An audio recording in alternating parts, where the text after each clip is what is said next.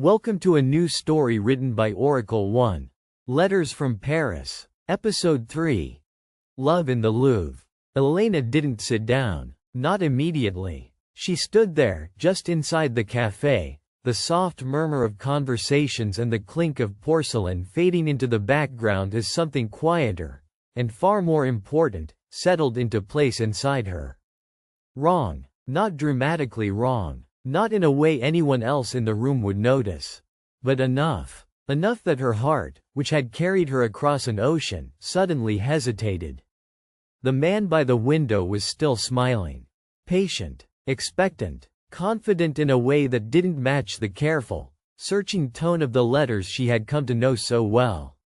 "You must be Elena," he repeated gently, gesturing toward the empty chair across from him. She stepped forward, slow and deliberate, and sat. Up close, the details only deepened the dissonance. He was handsome, certainly. Well-dressed. Composed. His dark hair was neatly styled, his posture relaxed but intentional. Too intentional. Julian's letters had never felt polished.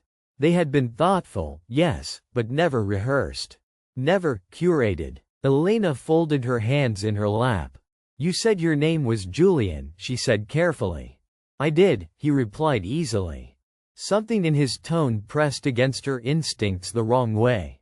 Not aggressive, not threatening, just practiced. Elena held his gaze. "Tell me about the woman who feeds the birds outside the bakery," she said.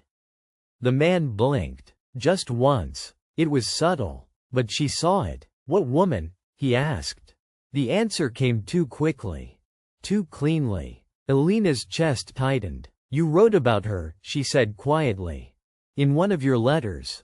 A pause. Then, a small, apologetic smile.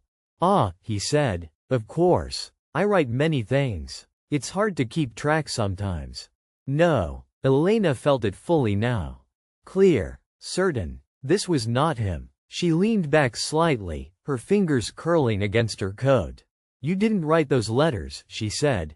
It wasn't a question. The man studied her for a moment.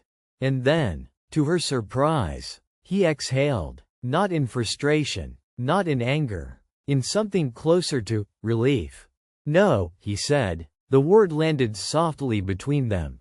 Elena's pulse quickened. "Then who are you?" she demanded. He leaned back in his chair, folding his hands loosely. "My name is Lucian," he said. "Julian's brother." The world tilted. Just slightly. "Brother." Elena stared at him. "Where is he?" Lucian's expression shifted. Not dramatically. But enough. A shadow crossed it. "He couldn't come," he said. "That's not an answer." Lucian nodded. "You're right," he said. "It's not." Elena leaned forward. "Then give me one." For a moment, it seemed like he might refuse. But then, he reached into his coat and pulled out a folded letter. Not one she had written. Not one she had seen before. He placed it on the table between them. "Read it," he said. Her hands trembled as she picked it up. The paper was familiar. The handwriting unmistakable. Julian's. But the ink felt heavier somehow.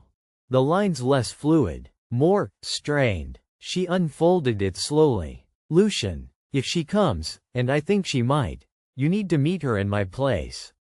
I know how that sounds. Cowardly. Maybe it is. But I can't be there.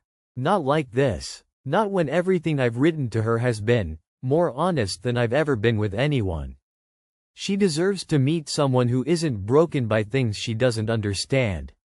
I didn't plan for this to happen. The letters were never supposed to continue. But then she wrote back.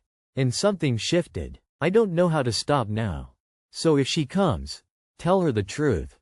Or don't. I don't know what the right choice is anymore. Just, don't let her leave thinking I lied because I wanted to hurt her." Julian. Elena's vision blurred. She blinked, forcing herself to focus. "What does this mean?" she asked quietly.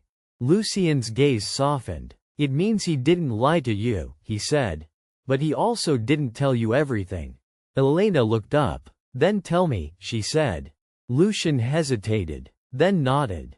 Julian doesn't work in restoration anymore, he said.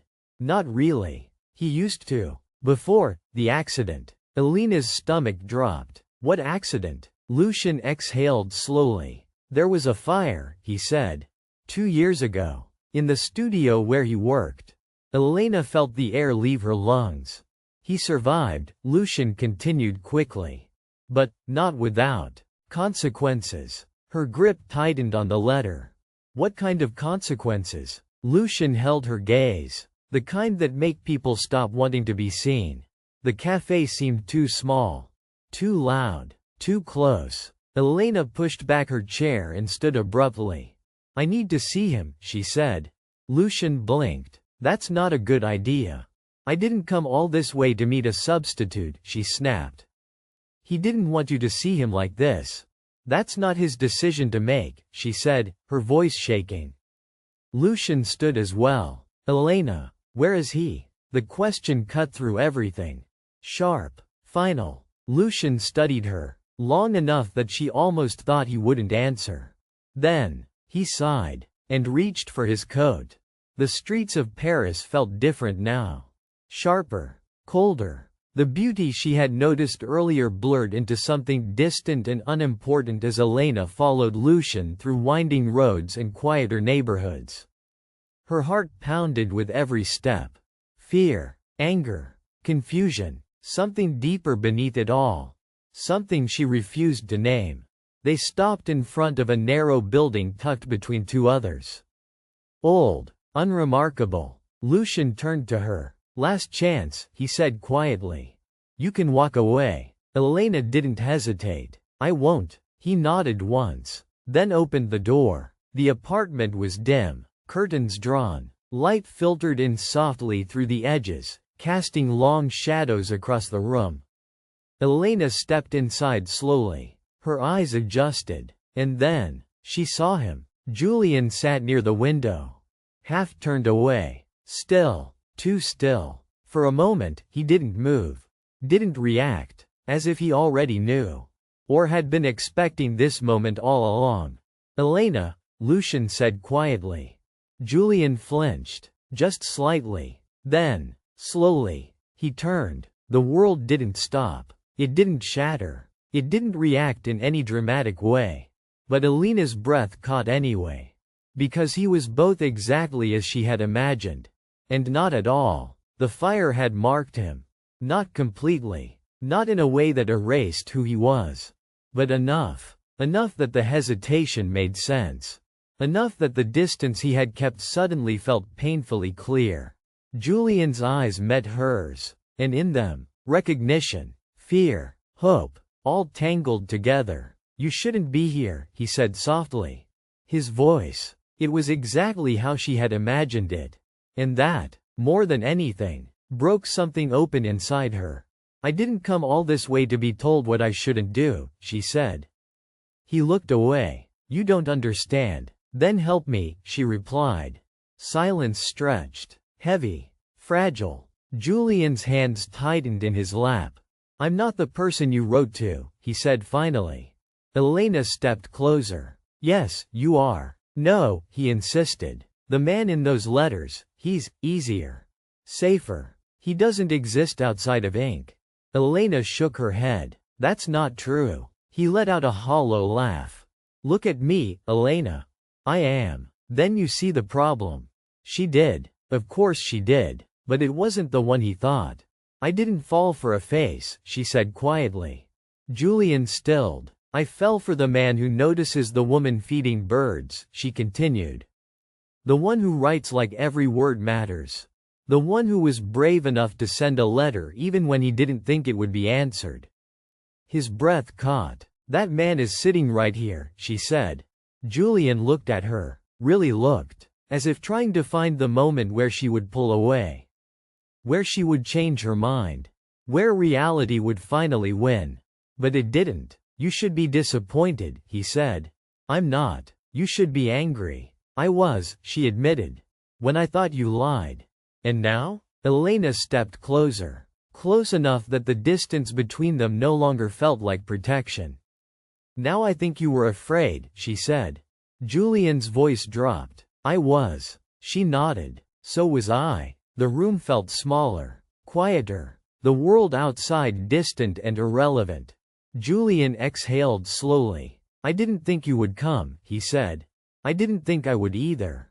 A faint, uncertain smile touched his lips. Then why did you? Elena hesitated, just long enough for the truth to settle fully into place. Then she said it, because I didn't want to spend the rest of my life wondering what this could have been. Julian's eyes softened, and something in his posture shifted.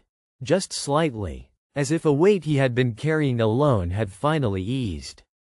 Paris is beautiful this time of year, he said quietly. Elena smiled faintly. I haven't really seen it yet.